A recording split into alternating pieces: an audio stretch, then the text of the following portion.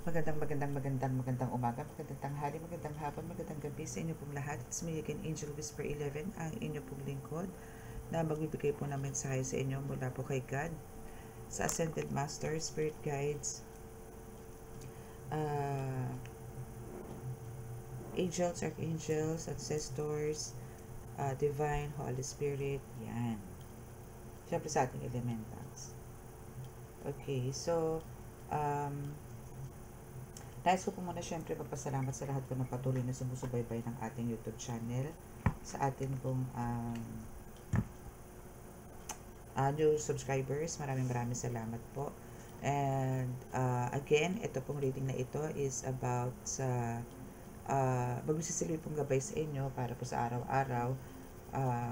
Minsan po update, ganyan, para po malaman natin kung ano po dapat natin ikilos or ano po yung dapat natin iugali or ilabas sa ugali, moods, energies this day, no? So yung mga ganun po. Okay, so ngayon po, ito rin po, no, is para po to sa mga taong nakakaramdam po ng mga, nandito po sa spiritual awakening. Kung kayo po ay bago dito sa channel na to, nais kong ipaalam sa inyo na ito po is para po sa mga tipong kinikilabutan, nakakarinig, nakakakita, nakakaamoy, na hindi rin po nararanasan ng karamihan. Kumbaga, pili-pili lang po ang mga ganitong senses. And now is, andito po ako para po ipamahagi ngayon yung sa panaginip. First time to, panaginip. Na-amaze lang po kasi ako doon sa panaginip. No? So, kukwento ko lang po sa inyo kung ano ba yung meron po sa panaginip ko na yun. Meron pong pool, no? Swimming pool. Nagpunta pa kami, parang isang family gathering to na nagpunta po sa pool. Pero hindi po nakita yung mga friends ko doon. May family, wala po eh. Or maybe nagpunta ako for a vacation, na tipong gano'n. So, malaki po yung, hindi pa gano'n kalaki yung pool. But ang nakakapagtaka po dito, tumalon po ako doon. Hindi naman po ako marunong lumangoy. At ang nasaklap, ang alam ko po sa mga pool is hanggang 5 feet lang. Yan, 5 feet, 6 feet, mga ganyan. Or 4 feet, mga ganyan. Ganun lang po kalalalim. Pero ito pong tinalunan ko na nakatayo po talaga ako. Tumalon ako na nakatayo. Ang lalim. As in, siguro. Tapos may mga nauulinigan ako na nasa 600 feet daw yun. Baka loka. Dagat. Pacific Ocean ang peg. Ganon siya kalalim. Pero, nung pong pagbaba kong yun, syempre po lumubog po ako dire-diretso. Pero di ko po na-reach yung floor ng swimming pool. Pero nakikita ko po yung mga legs ng mga banda malayo. Nakikita ko yung mga legs ng mga nag-swimming. Banda dun. So, lumangoy po ako pataas. No? Pataas. Nakataas po ako. Nakakapagtaka lang po, doon mismo sa tubig po, nakakahinga ako.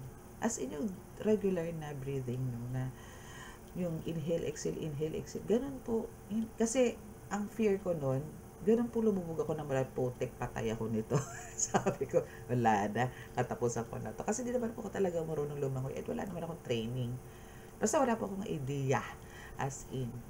Pero, yun nga po, nung habang po ako ay paakyat po, paangat, sa pool, is ano po yung humihinga po. Hanggang sa na-reach ko na po nga yung kasi nakakuha na ako ng hangin talaga ng bonggang-bongga.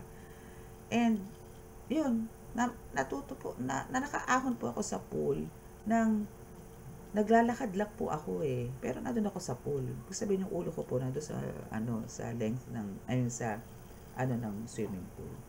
Na para bang marunong, kalam na kung sino marunong. Pero hindi po, wala po akong ganong movements. Basta po, nakalating na lang po ako doon sa tabi. Ganon.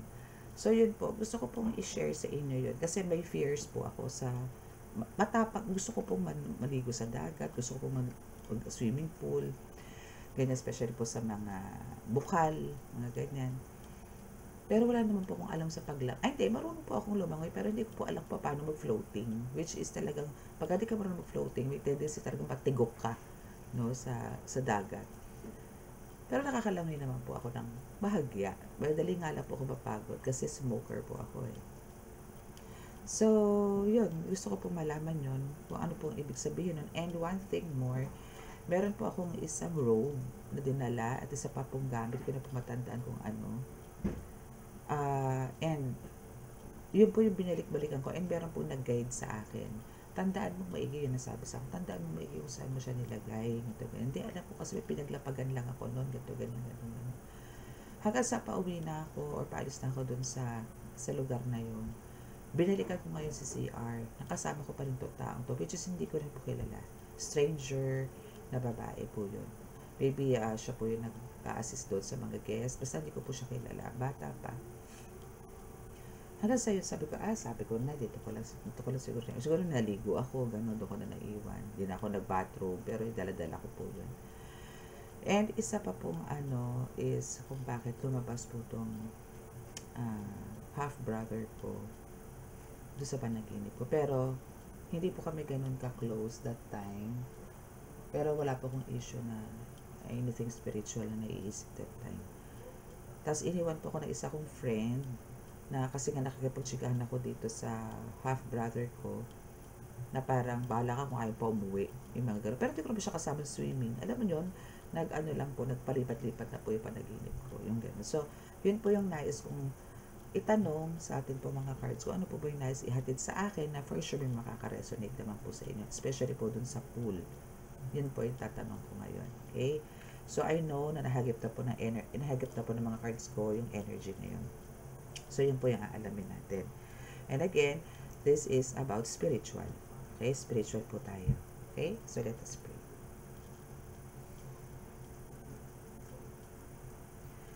Mahal na Panginoon Diyos Ama, mahal na Yesu Kristo, mahal na Birheng Maria, mahal na Santo Niño, pakibasbasan po rin nyo, napakalalakas sa kapangyarihan, banal na dugo, banal na ngal, banal na espiritu, mga cards na ito, para po makapagbigay ng mensahe sa aking tagapanood, at makapagbigay po ako ng kasagutan po sa kanilang mga katanungan. Naway, may pamahagi ko sa pamamagitan po ng cards na ito, ang tungkol po sa panaginip po kanina, na for sure sa inyo rin po galing, na alam ko po kung ano po ang ibig sabihin, pero nais ko po malaman sa pamamagitan po ng cards ito, sa pamamagitan ninyo. Mas gusto ko pa rin po na sa inyo po manggagaling ang mensahe. Ako po'y patuloy na nanalangin na kami po inyong iligtas sa anong kapahamakan, disgrasya sa kuna, at anong klase ng karamdaman na tukso, at bigyan po ng kagalingan lahat po ng may karamdaman. Maraming salamat po. Amen.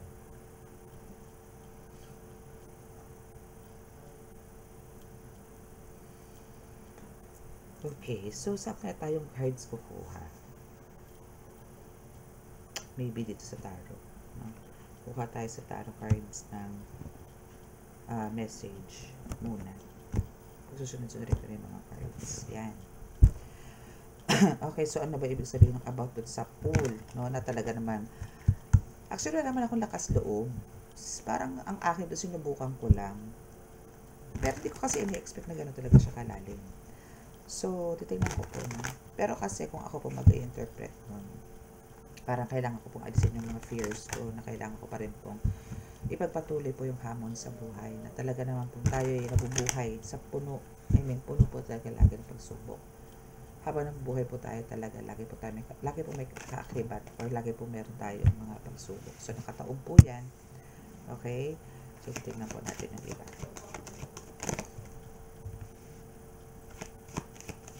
Natin. Oops. Oops. Wow, lahat nakataob ha. Wala po tayo reverse ngayon ha. Wala po tayo na 5 cards. 5 cards lang. Ayan. So, meron na tayo 5 cards. So, tingnan natin kung ano ibig sabihin nung about dun sa pool. No? Kung ano po ba inaisipatin sa atin ng Holy Spirit. First card. Queen of Swords. So, there's a sharpness. No? Balance. Yes, actually, na-balance ko yun ha. Kasi isipin nyo ha, yung bang tipong, kung halimbawa po kayo, meron po kayong mga pagsubok. Lahat naman po talaga tayo, no? Ito is real talk. Na talagang lahat naman po tayo is may pagsubok po sa buhay na dumadating. Sa araw-araw po, no? Sa araw-araw po, meron po talaga mga pagsubok. Maliit man yan, hindi malala or malala, meron po sa araw-araw. Hindi po tayo makakaligtas dyan. But, andito na po ngayon yung mabilis kayong mag-isip. No? Kumbaga, yung logic, alam nyo po kagad. So, kumbaga yung sharpness ng mind nyo po dito yung umiiral. Magaling kayong mag-solve ng mga problema, makakawala sa mga ganong sitwasyon, Yung bang tipong, kayo po yung tipong pwedeng maging leader, na pwede kayong magturo kung paano nyo malalagpasan yung mga ganitong pagsubok. Yung pagbagsak ng walang kasiguraduhan, yung pagsugod ng walang kasiguraduhan, kung mabubuhay ka ba o hindi. Pero andito yung kasi may faith ka, na alam mo sa sarili mo na kaya mo. No, out of nowhere, hindi mo rin alam kung paano mo yun nalagpasan. It's because of you are talagang divinely protected, divinely guided, or talagang andyan lang po talaga sa paligid ninyo na hindi po kayo aware yung presensya po ng Holy Spirit is dyan sa inyo para po lagi kayo save.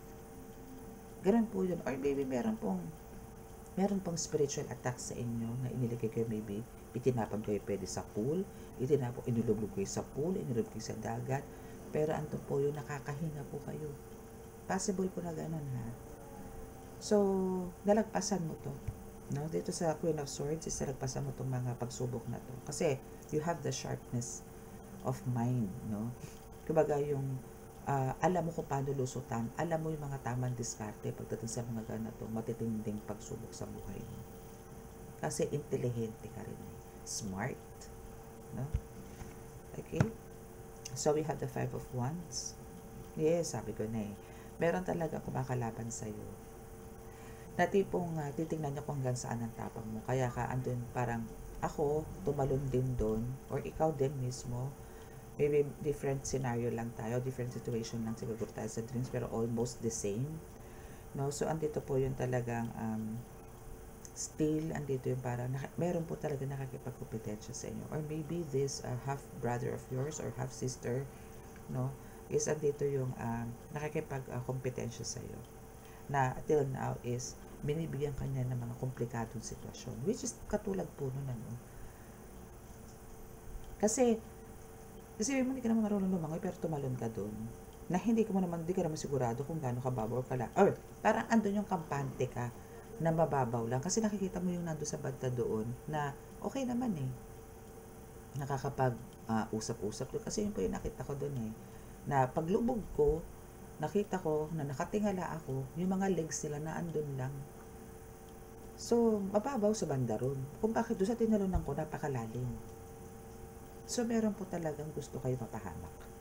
Meron po isang tao na gusto kayo mapahamak. Okay?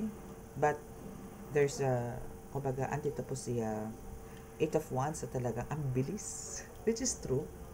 Oh wow, thank you Holy Spirit. Which is true, na talagang ang bilis eh.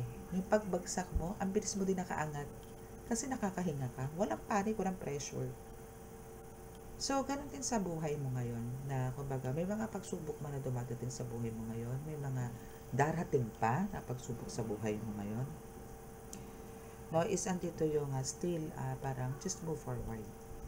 No, lagi mong iisipin and always have faith na talaga naandyan sila na nakaantabay, nakabantay, at lagi ka ilalagay sa safe na sitwasyon. Kapag protektado ka talaga dito, my goodness, it's a miracle na huminga ka sa ilalim ng dagat, wala ka namang suot-suot na oxygen, hello. Yun talaga regular lang yung paghinga mo. Ganun ang meron ka. And also, yes, since dito is karon nga ng nag-iba't-iba nga ako ng parang kung saan-saan ako nagpunta na lugar do sa panaginip. Meaning, meron din po kayong times or may darating po talaga na kayo makakapag-travel po talaga. May mga travel po talaga na magaganap ngayon sa inyo. Or there's a lot of changes po talaga sa buhay ninyo. Pero yung changes po na yun is talagang ikamamangha po ninyo kasi andun yung mga siguro minamanifest nyo po to. But hindi nyo po inaakala na eto na, nandito na, ngayon na pala. Yung mga ganun po, no? And we have the Two of Wands. And yes, it's a success. Diba? Kung ikaw si Queen of Swords and you are also the Queen of Pentacles. Yes, because you are the Earth Mother. And you are so secure. Diba? Yun po yung sinasabi ko eh. Kumbaga, andito po yung kaya mo naman talaga ding mabuhay mag-isa. Ikaw yung tipo nga sinasabi ko noon sarili na itapon ka sa disyerto, itapon ka sa karagatan, na kahit 1 buwan, 2 buwan, kahit 1 taon, makakasurvive ka. Why? Because the Holy Spirit is with you. Maybe you are, parang, iba yung soul mo, hindi hindi, hindi for human. Wala kang human soul, iba. Maybe yon ancestral soul, mga tipong ganun, or Holy Spirit talaga. Possible na ganun. You're a goddess or a god ng mga noong unang panahon, no? So, success, yes. Again, travel is a confirmation na talagang ikaw is pwedeng mag-around the world. Claim it. No? Wala pong imposible. At wala rin pong masama sa mangarap. Wala pong masama doon. No? Continue nyo lang po yan. As long as, again, nandito po tayo, nagsiserve po tayo kay God with all our heart, no? Is lahat po magiging posible. Na para po sa iba is napaka-imposible. Basta wala po tayong sinasaktan na tao, wala po tayong pinagchichismisan na tao, kinukutya na tao, sinasaktan na tao. And andito po yung nagbibigay po tayo ng kaliwanagan sa karamihan. Nag-share ng mga blessings. Asahan nyo po na magiging diretso po lagi ang daan ninyo. Asahan nyo po na kayo po'y mamahalin at talaga pong babakuran or poprotektahan po ng ancestors ninyo, ng spirit guides, angels, archangels, mga elementals na yan. Kasi you are the Queen of Pentacles here, which is talagang very grounded ka. Na parang, andito yung tinitreasure mo din even the natures. Kumbaga yung pagmamahal mo din, maybe, no? Kung kayo po is may mga alagang elemento din, engkanto, dewata, duwende, mahal na mahal po kayo niyan at mahal na mahal nyo rin sila for sure. Kaya lumabas po to si Queen of Pentacles. And actually si Queen of Pentacles is you, di ba? So andito po yung sa pamamagitan po ng parang pagmamahal nyo ng totoo sa kalikasan is ang balik po sa inyo ng kalikasan is full abundance na continuous or prosperity na continuous po. Ganun po ang mangyayari sa inyo. Okay? So, isang tabi muna natin to. Tingnan nga natin dito sa mga duwending cards na ito kung ano pa ang naisiparating sa inyo about po doon sa vision na yun. Okay. Kukalat pa tayo dito ng 5 cards. Wow, see, you are the Emperor. Ikaw na ang powerful. Yes. Grabe yun. Grabe kasi talaga yun. Alam niyo kung kayo po, imagine niyo yun, nalubog kayo sa napakalalim. At hindi niyo naman kayo marunong lumangoy. So, alam niyo po kahit sa kalagitnaan pala kayo nung nilubog ko na yun, parang kakapusin na kayo ng kakapusin na kayo ng hininga. Pero andun yung talagang, habang umaakyat kayo, nagaganon ako nun nagaganon ako nun. Pero humihinga po ako talaga. You are the Emperor. And you are holding some cross ankh dito, no? Which is, this is protection talaga and nagdadala din sa inyo ng prosperity. Immortality as well. Oh yes, kasi nga, napaka-imposible pong huminga po kayo sa ilalim ng tubig, wala kayo oxygen. Or maybe meron pong breathing talaga doon. Pero ako po talaga kasi wala akong alam doon, no? Meron po talaga yung mga mangingisda, alam po nila magtagal sa tubig na walang oxygen eh. Pero ako po, hindi ko po alam yan. Wala po akong alam dyan kasi di nga po ako marunong lumangoy. But God is so good, no? Na-save niya po ako doon sa ganung sitwasyon. My angels are so protected and they really love me. They really love you. Okay? So, we have the Two of Swords here. So, now, dito sa Two of Swords is yes, no? Talaga po, hindi nyo naman po talaga nakikita kung sino itong mga backfighters na to eh. No? So, kaya nga po, lagi ko sinasabi sa inyo is, matuto po kayo makiramdam. No? It actually, parang, etong taong din to, na guma-atake po sila spiritually, is parang, still, andito po yung parang, ang gusto nito is, ang, matigil, no, ang lahat ng mga nare-receive ng blessings from God.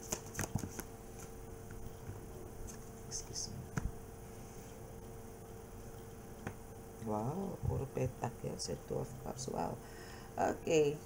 So, dito, no, is parang mabubuong pagmamahalan, mabubuong friendship, as in magkakaroon ng shifting from anger to love, no? May mga ganon. Merong, yes, kasi naman, di ba, ang December naman po talaga is full of love. dapat nasa ganun po tayong period. Hindi po yung nag-aaway-away, tampuhan, selusan, mga ganyan, lolokohin, chismis, kasiraan, mga ganun. Let's stop it. No? Tigilan na po natin yan. Kasi, sa totoo lang po, wala naman po talaga idudulot eh.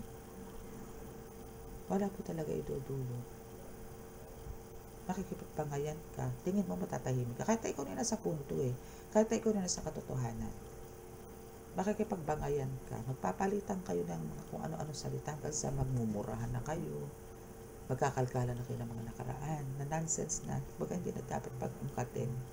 So, ang mangyayari po doon, pagkatapos ng bangayan ninyo, tigay mo makakatulog ka pa. Nung hindi pa din, may galit ka pa rin eh.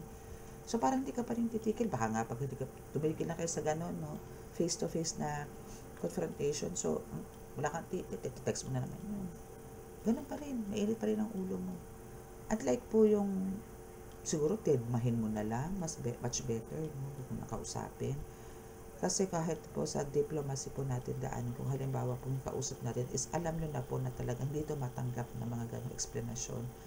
Kahit po diplomatic way nyo po gawin yan, pagigiitan pa rin po nila yung kanila. So better, be quiet. Behave na lang po tayo. But sa nakikita ko po dito, there's reconciliation.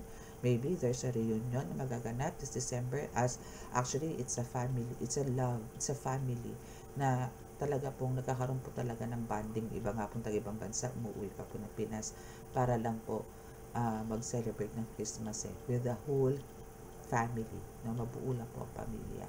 They're spending Christmas and New Year here. Diba? So, ngayon is, it's about time na parang for forgiveness. No? Forgiveness. But again, hindi po ako magpapaka-ipokrita sa inyo. Ang forgiveness po na sinasabi ko is doon po sa talagang very sincere na lalapit po sa inyo and asking forgiveness. As in, hihingi po sila ng apology sa inyo.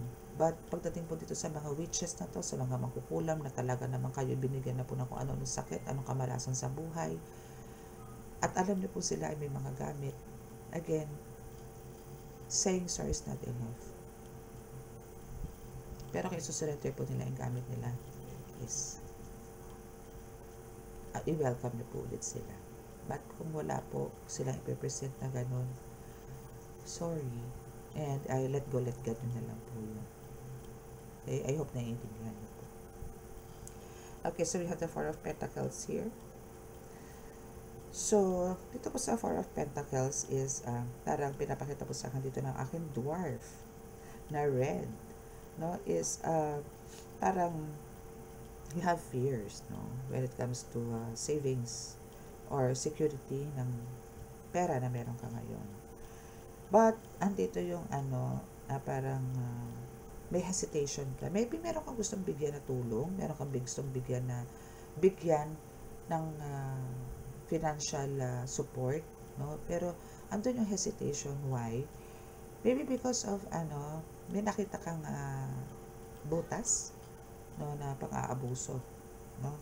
So that's why andito ngayon yung parang they're wasting your money. Hindi nila pinahahalap kasi I saw some coins, no, dito sa lapag, no. So parang imbes na pahalagahan nila, parang alam nyo, bara-bara na lang gas kasi andiyan ka to support them. Maybe try to talk to them na ganito ang dapat nilang gawin, bigyan mo sila ng instruction. Ngayon, kung di po sila susunod sa instruction ninyo, well, pero kung ito po kasi sa about po, halimbawa, depende po kasi sa klase, no? Kung halimbawa pong binibigyan nyo silang support para po sa everyday necessity nila, pero okay naman po yung mga pangangatawan nila na pwede naman po magtrabaho, kausapin nyo po, no? Na hindi naman po sila pensionado at very young age, especially kung very young age. Pero kung halimbawa naman po yung tinutulungan nyo po is like may sakit na talaga po hindi po kailangan hindi pa po talaga pwede magtrabaho, go lang po, no? Bigyan nyo po sila ng support, bigyan nyo po sila ng financial support, then let go, let God again, no? Hayaan nyo po si God ang pagbigay po sa inyo ng for sure kasi po yung mga ganyang klase po na tumutulong po sa may mga sakit, sa mga talagang nangangailangan po, no? Na nakikita din po ng Panginoon Diyos Ama yung mga ganong tinutulungan ninyo. Siya po magpo-provide niyan. Pagka-deserve po ng tao na tinutulungan nyo, yung tulong, si God po mismo gagawa ng paraan niyan. Pero kung hindi po, ibig sabihin po nun, keep quiet ka na lang din. Chill ka lang. Relax ka lang. Okay? Again, let go, let God po natin yan. Ando na po yung sinasabi na maawain po kayo. No? Naaawa po kayo sa ganun. Pero wag po natin to tolerate yung pagiging tamad ng tao. Lalo na po kung nakakalakad. Yun nga po mga putol ng paa hanggang hita. Nakakapagtrabaho po eh. Nakakatawid ng kalsada. May magandang trabaho. Pero kung ang tinutulungan mo dito is kumpleto ang daliri, kumpleto ang paa, nakakapagsalita, nakakarinig, no? Nakakakita. In short, hindi naman PWD. Wag naman po natin bigyan ng chance na maging talagang inutil na siya, no? So, limit lang din po natin. Okay? Let go, let God po natin yung mga ganyan. Focus po tayo kasi marami po ang nangangailangan. Marami po ang talagang masasabi po natin wala. Marami po yan. Buksan po rin natin yung mga mata natin. Marami po nangangailangan. Okay? That's why andito yung Page of Pentacles dito sa card na to na talagang wag po kayo mag-alala when it comes sa security, savings na meron po kayo, abundance, prosperity, still andyan po yan. Okay? Kailangan nyo lang po dito. Kasi alam nyo po yung ugali nyo po dito. Ang bilis nyo pong ma-please. Masyado po kayo marupok. Madali kayo maawa. But be wiser. Sa ngayon po, no? So nakikita ko dito. Actually, sa ngayon po, nandito naman. Now, you are more wiser than before. And you are also the emperor. No? So, parang nagkaroon ka rin ng mga traumas from the past na sa mga tao dinulungan mo na inabuso ka lang. Nabinigyan mo sila ng sample, no, na kailangan nilang pakaingatan yung tulong na ginagawa mo. But they abuse you. And I know for sure na sa ibang mga tinulungan mo, in-stop mo ang pagtulong. Kasi nga, nalaman mo inaabuso ka. No? Maybe yung iba dyan, yung tinutulungan mo, kung ano-ano na binibili, no? Andun yung, alam mo yon na parang tinuturuan mo para maka-recover or ma-overcome nila yung hirap.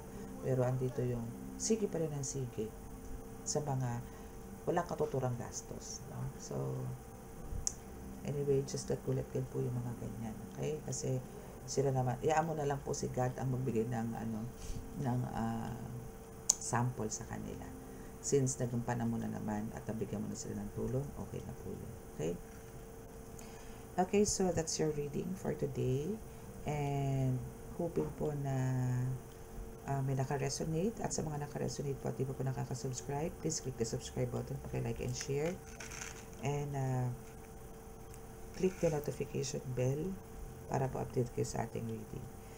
Okay, so ang kailangan lang po dito sa reading na ito is magpakatatag, no? At dito po kayo, born to be a leader. Lagi niyo pong iisipin yan kasi here is the Queen of Swords and kahit na po kayo babae, kayo pa rin is isang emperor. Ganun po kayo kalupet. Okay? Travel, abroad, travel, domestic, push! Okay? Pasok na pasok yan. Mahalin, pagpatuloy mong pagmamahal sa nature. Dahil mamahalin ka din nila. Dahil tayo nabubuhay po sa earth. So, ang kailangan po na talaga natin is pahalagahan natin sila, mahalin natin sila para mahalin din nila tayo. Pakinggan ka nila kung ano yung hinaing mo, ano yung gusto mo, pagbibigyan ka ng nature. Maniwala ka sa akin. As long as nandito yung inaalagaan mo sila, minamahal mo sila. May ano po yan, may balik. Okay? Huwag po kayo mag-alala sa security again ng pera. Okay? Kahit na po may mga attacks, dead man. Kasi lahat, hindi na po tatalab sa inyo yung mga spell works na yan. Especially this month of December onwards. Okay? So, God bless you. Okay, so close your eyes para po sa ating healing.